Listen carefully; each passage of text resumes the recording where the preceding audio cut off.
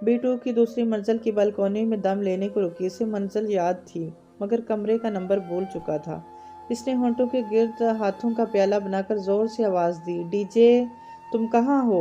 D J. ایک دروازہ جٹ سے کھلا اور کسی نے ہاتھ سے پکڑ کر اسے اندر کھینچا۔ اگر تم 2 منٹ مزید تاخیر کرتی تو میں مر چکی ہوتی۔ حیا ڈی جے بھی اس کی طرح تنہا اور خوفزدہ لگ رہی تھی، مگر اس کے کمرے میں آ کر حیا کا سارا خوف اڑن چھو ہو چکا تھا۔ ڈرو مت، تمہارے لیے ہی تو آئی ہوں۔ مجھے پتا تھا تم اکیلی ڈر رہی ہوگی، ورنہ میرا کیا ہے، میں تو کہیں بھی رہ لیتی ہوں۔ وہ لاپرواہی سے شانے اچکا کر بولی، پھر بے اختیار جمائی روکی۔ خوف ختم ہوا تو نیند طاری ہونے لگی۔ مگر ڈی جے میں سوؤں گی کدھر؟ ان 3 خالی بیڈز پر کانٹے بچھے ہوئے ہیں کیا؟ مگر حالے نے کہا تھا کہ ترک لڑکیاں۔ فی الحال یہاں نہ حالے ہیں نہ نور، نہ ہی ترک لڑکیاں، مگر اللہ تو دیکھ رہا ہے۔ غیر ملک میں اس کا سویا ہوا خوف خدا جاگ اٹھا تھا، اور مجھے امید ہے کہ اللہ تعالیٰ حالے نور کو پتہ نہیں لگنے دیں گے۔ اب بستر میں گھسو اور سو جاؤ۔ خدا جانے مجھے کس پاگل کتے نے کاٹا تھا جو ترکی آگے جھیل پیچھے جنگل، اتنی وحشت۔ ڈی جے کمبل میں لیٹے مسلسل بڑبڑا رہی تھی، نیند سے تو وہ بھی بحال ہونے لگی تھی۔ سو ڈی جے کے قریبی بنک کی سیڑھیاں پھلانگ کر اوپر کمبل میں لیٹ گئی۔ حیا وہ کچی نیند میں تھی جب ڈی جے نے اسے پکارا۔ اس کی پلکیں اتنی بوجھل تھی کہ انہیں کھول نہیں پا رہی تھی۔ سامنے والے کمرے بڑے ہینڈسم لڑکے رہتے ہیں، میں نے انہیں کمرے میں جاتے دیکھا ہے۔ اچھا؟ اس کا ذہن آنودگی میں ڈوب رہا تھا۔ اور سنو، وہ پلاؤ اتنا برا بھی نہیں تھا، ہمیں سفر کی تھکاوٹ کے باعث برا لگا۔ اور سنو، مگر ڈی جے کی بات مکمل ہونے سے قبل ہی وہ سو چکی تھی۔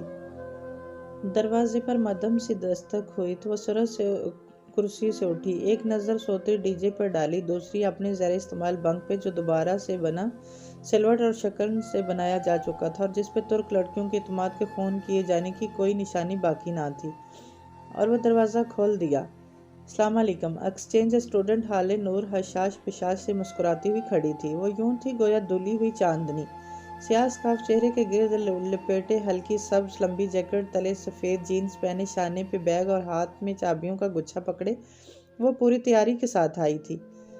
وعلیکم السلام۔ آؤ حالے، میں تمہارے ڈرم میں گئی تھی لیکن تم وہاں نہیں تھی، میں نے اندازہ کیا کہ تم یہیں ہوں گی۔ حالے نے اپنا بیگ میز پہ رکھا اور کرسی کھینچ کر نفاست سے بیٹھی۔ خدیجہ سو رہی ہے؟ حالے نے گردن اونچی کر کے اوپر دیکھا جہاں ڈی جے 2 موٹے کمبل خود پہ ڈالے سو رہی تھی۔ ہاں، اور شاید دیر تک سوتی رہے۔ اوہ، میں نے سوچا تھا کہ تمہارے فون رجسٹر کروانے چلیں آج۔ ترکی میں غیر ملکی فون پر ترک سم کارڈ 1 ہفتے کے بعد بلاک ہو جاتا ہے۔ ہاں بالکل، تم لوگ جاؤ اور میرا فون بھی لے جاؤ، میں 2 گھنٹے مزید سوؤں گی۔ کمبلوں کے اندر سے آواز آئی تو حالے مسکرا دی۔ مسکراتے ہوئے اس کی چمکتی سرمئی آنکھیں چھوٹی ہو جاتی تھی۔ چلو حیا، ہم دونوں چلتے ہیں۔ وہ دونوں ساتھ ساتھ کھڑی ہو گئی تھی۔ حیا صبح اپنے کمرے میں جا کر فریش ہو کر آئی تھی۔ ابھی وہ سیاہ چوڑی دار پاجامے اور ٹخنوں تک آتی سیاہ لمبی قمیض میں ملبوس تھی، شفیون کا دوپٹہ گردن کے گرد مفلر کی طرح لپیٹے اور اوپر سیاہ لمبا سویٹر پہنے ہوئے تھی جس کے بٹن سامنے سے کھلے تھے۔ کچھ دن میرے خوش قسمت دن ہوتے ہیں جب میرے پاس کار ہوتی ہے، اور کچھ دن بدقسمت دن جب میرے پاس کار نہیں ہوتی، اور آج میرا خوش قسمت دن ہے، حالے نے اٹھتے ہوئے بتایا۔ ابھی ہم قریبی دکانوں میں جائیں گے، اگر وہاں سے فون رجسٹرڈ نہ ہوئے تو جواہر چلیں گے، اس کے بعد وہاں سے جہانگیر۔ جواہر؟ حیا نے ابرو اٹھائی۔ جہانگیر کو اس نے کسی ترک کا نام سمجھ کر نظر انداز کر دیا۔ جواہر شاپنگ مال ہے، یورپ کا سب سے بڑا اور دنیا کا 6واں بڑا شاپنگ مال۔ اور اچھا، جسے پارک ٹاور؟ اوپر کمبلوں سے آواز آئی۔ Park towers? حالے نے گردن اٹھا کر خدیجہ کے کمبلوں کو دیکھا۔ ہمارا پارک ٹاورز ایشیا کے سب سے بڑے شاپنگ مال میں شمار ہوتا ہے، وہ انودگی آواز میں بولی۔ نائس۔ حالے ستائش سے مسکرا کر باہر نکل گئی۔ حیا نے اس کے جانے کی تسلی کر لی، پھر لپک کر پیچھے آئی اور سیڑھی پر چڑھ کر ڈی جے کا کمبل کھینچا۔ یہ پارک ٹاورز ایشیا کا سب سے بڑا مال کب سے ہو گیا؟ اس نے کون سا جا کر چیک کرنا ہے؟ تھوڑا شو مارنے میں کیا حرج ہے؟ ڈی جے گڑاپ سے کمبل میں گھس گئی۔ حالے ڈرائیو کرتے ہوئے متعصب سے بار بار معذرت کر رہی تھی، فون رجسٹرڈ نہیں ہو سکے تھے۔ دکان پہلے تو ملی نہیں، دوسری موبائل کمپنیوں کی دکانیں ہر جگہ تھی، یوں جیسے آپ کو زونگ کی دکان کی تلاش ہو اور ہر طرف یوفون کی دکانیں ہوں۔ بمشکل ایک دکان ملی تو اس کا مینیجر شاپ بند کر کے جا رہا تھا۔ لاکھ منتوں پر بھی اس نے دکان نہیں کھولی اور چلا گیا۔ اب ہالے مسلسل شرمندگی کا اظہار کر رہی تھی۔ بس کرو ہالے، بات میں ہو جائے گا، اب آپ مجھے شرمندہ تو مت کریں۔ خیر تمہارا دوسرا کام تو کروں، جہانگیر چلتے ہیں۔ ہالے نے گہری سانس اندر کھینچی۔ گاڑی سڑک پر رواں دواں تھی اور کھڑکی کے باہر ہر سو برف دکھائی دے رہی تھی۔ تم ڈریس دکھاؤ، ہم پہنچنے والے ہیں۔ کدھر؟ حیا نے نہ سمجھی سے ڈرائیو کرتی ہالے کو دیکھا۔ جہانگیر، اور کدھر؟ وہاں کیا ہے؟ تمہاری آنٹی کا گھر۔ کل کہا تو تھا تمہیں لے جاؤں گی، صبح بتایا بھی تھا، بھول گئی؟ تم مجھے ادھر لے کر جا رہی ہو؟ وہ ہکا بکا رہ گئی۔ ہاں نا، اب ایڈریس بتاؤ، اسٹریٹ نمبر تو مجھے یاد رہ گیا تھا، آگے بتاؤ۔ اوہ، خالد نے ہڑبڑا کر پرس سے تھوڑا موڑا سا کاغذ نکالا۔ اس نے کاغذ پر لکھا دیکھا، وہاں علاقے کا نام سہنگیر لکھا ہوا تھا۔ وہ اسے سہنگیر پڑھتی تھی۔ اب اسے یاد آیا کہ ترکوں کا سی جیم کی آواز سے پڑھا جاتا تھا۔ اگر اسے ذرا سا بھی اندازہ ہوتا کدھر جانا ہے تو وہ تحائف ہی اٹھا لیتی جو اماں نے بھیجے تھے، ذرا اچھے کپڑے ہی پہن لیتی، تھوڑا سا میک اپ ہی کر لیتی۔ لو، یہ تو سامنے ہی تھا، اب تم جاؤ، مجھے ادھر تھوڑا کام ہے۔ میرا نمبر تم نے فون میں فیڈ کر لیا ہے نا؟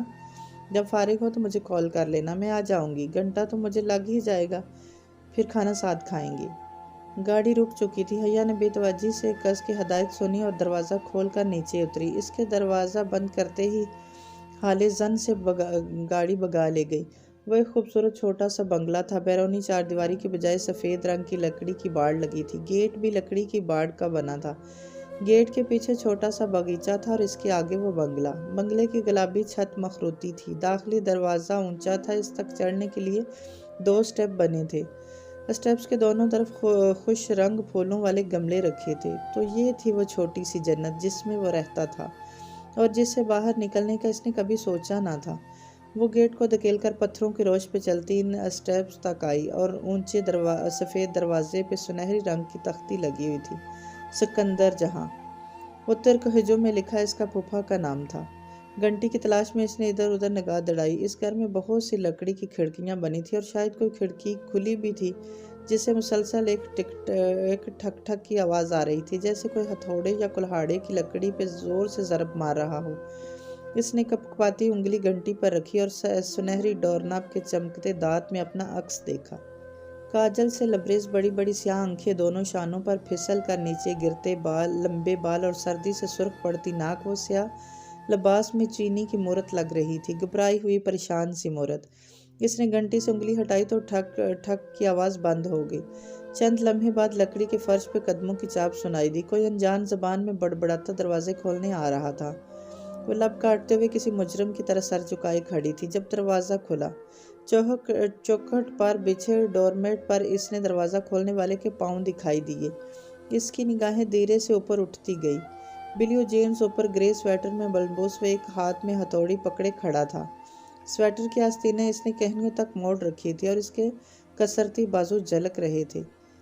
حیا نے دھیرے سے چہرہ اٹھا کر دیکھا۔ اس کا سانس لمحے بھر کو ساکت ہوا تھا۔ وہ ویسا ہی تھا جیسے اپنے بچپن کی تصاویر میں لگا کرتا تھا۔ وہیں برے مائل بال جو بہت اسٹائلش انداز میں ماتھے پر گرتے تھے، پرکشش آنکھیں، اٹھی مغرور ناک، سنہری رنگت کے تیکھے نکوش۔ وہ ماتھے پر تیوری لیے آنکھیں سکیڑے سے دیکھ رہا تھا۔ سن کم سن، اس نے ترک میں کچھ پوچھا تو وہ چونکی۔ سبین سکندر کا گھر یہی ہے؟ جی یہی ہے۔ وہ